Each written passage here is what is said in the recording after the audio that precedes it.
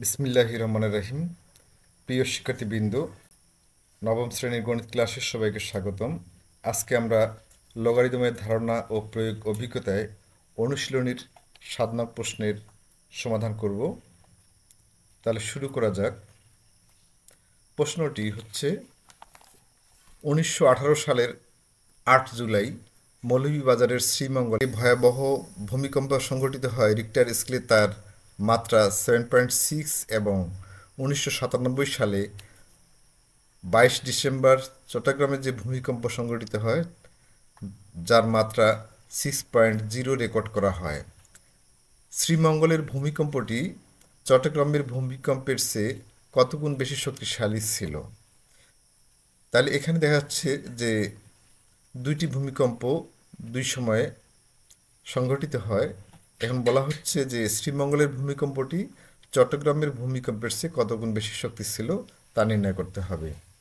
তো সমাধান, মনে করি শ্রীমঙ্গলের ভূমিকম্পের তীব্রতা I1, চট্টগ্রামের ভূমিকম্পের তীব্রতা I2 এবং আদর্শ ভূমিকম্পের তীব্রতা S।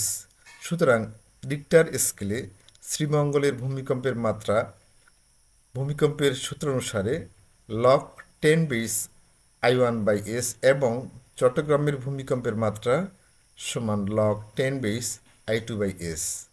প্রশ্ন মতে শ্রীমঙ্গলের ভূমিকম্পের মাত্রা log 10 বেস I1/S = 7.6, অর্থাৎ শ্রীমঙ্গলের যে ভূমিকম্প হয়েছিল তার মাত্রা ছিল 7.6। এখানে দিলাম আমরা ইকুয়েশন নাম্বার 1। চট্টগ্রামের ভূমিকম্পের মাত্রা log 10 বেস I2/S সমান 6.0, যা আমাদের প্রশ্নের মধ্যে দেয়া আছে। ১ নং হতে ২ নং বিয়োগ করে পাই log 10 base I1/S minus log 10 base I2/S সমান ডান পক্ষ 7.6 মাইনাস 6.0।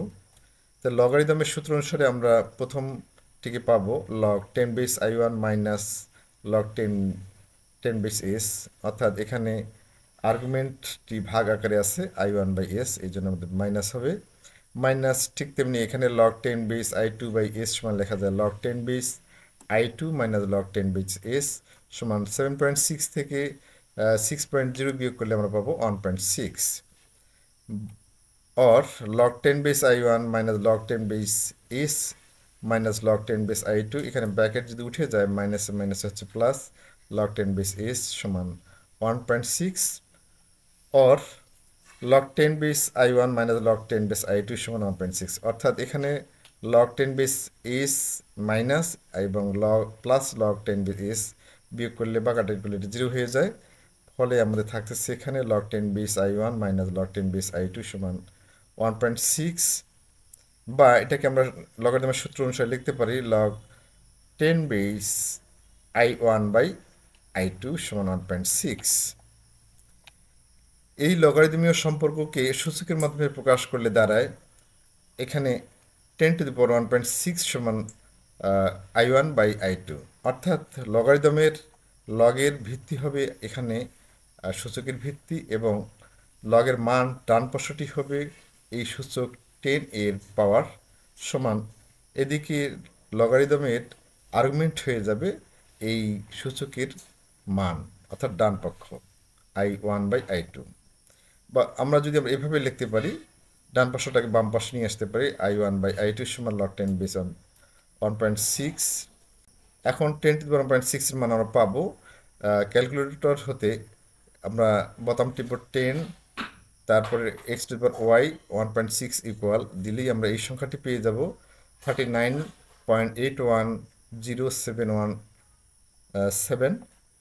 তো নিয়ারেবল এই মানটি আমরা লিখতে পারি 40, or I1/I2 নিয়ারেবল 40, or I1 সমান নিয়ারেবল 40 ইন্টু I2। সুতরাং শ্রীমঙ্গলের ভূমিকম্পটি চট্টগ্রামের ভূমিকম্পের চেয়ে প্রায় 40 গুণ শক্তিশালী ছিল। শিক্ষার্থীবৃন্দ, ক্লাসটি হতে সামান্যতম উপকৃত হলে অবশ্যই লাইক, কমেন্ট, শেয়ার এবং সাবস্ক্রাইব করবে। আর যারা ইতিমধ্যে সাবস্ক্রাইব করেছো তাদেরকে অসংখ্য ধন্যবাদ। পরবর্তী ক্লাস দেখার আমন্ত্রণ জানিয়ে এখানে শেষ করছি। আল্লাহ হাফিজ।